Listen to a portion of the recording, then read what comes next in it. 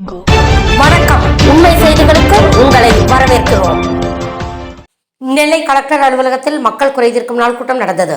இதில் தமிழ்நாடு அனைத்து விவசாயிகள் சங்கங்களின் ஒருங்கிணைப்பு குழு மாவட்ட செயலாளர் டி. அப்ரஹாம் அளித்த மனுவில் வனவிலங்குகளால் சேதமான பயிர்கள், மனிதர்களுக்கு விலை உயர்வுக்கேற்ற இழப்பீடு வழங்கிட வேளாண்மை துறை, தோட்டக்கலைத்துறை, கால்நடை பராமரிப்புத்துறை, மருத்துவத்துறை, பொதுப்பணித்துறை, மோட்டார் வாகனத்துறை, விவசாயிகள் அடங்கிய குழு மாவட்ட ஆட்சியர் தலைமையில் கூட்டம் நடத்தி அரசுக்கு சந்தை விலை நிலவரம் குறித்து அறிக்கை அனுப்பி இழப்புகளை கூடுதல் வழங்கிட போர்க்கால அடிப்படையில் நடவடிக்கை எடுத்திட வேண்டும் என்று கூறப்பட்டுள்ளது.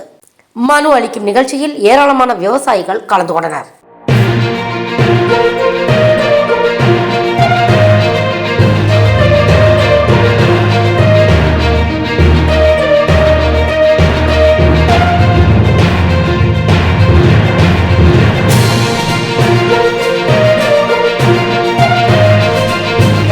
Thanks for watching உண்மை செய்திகள்.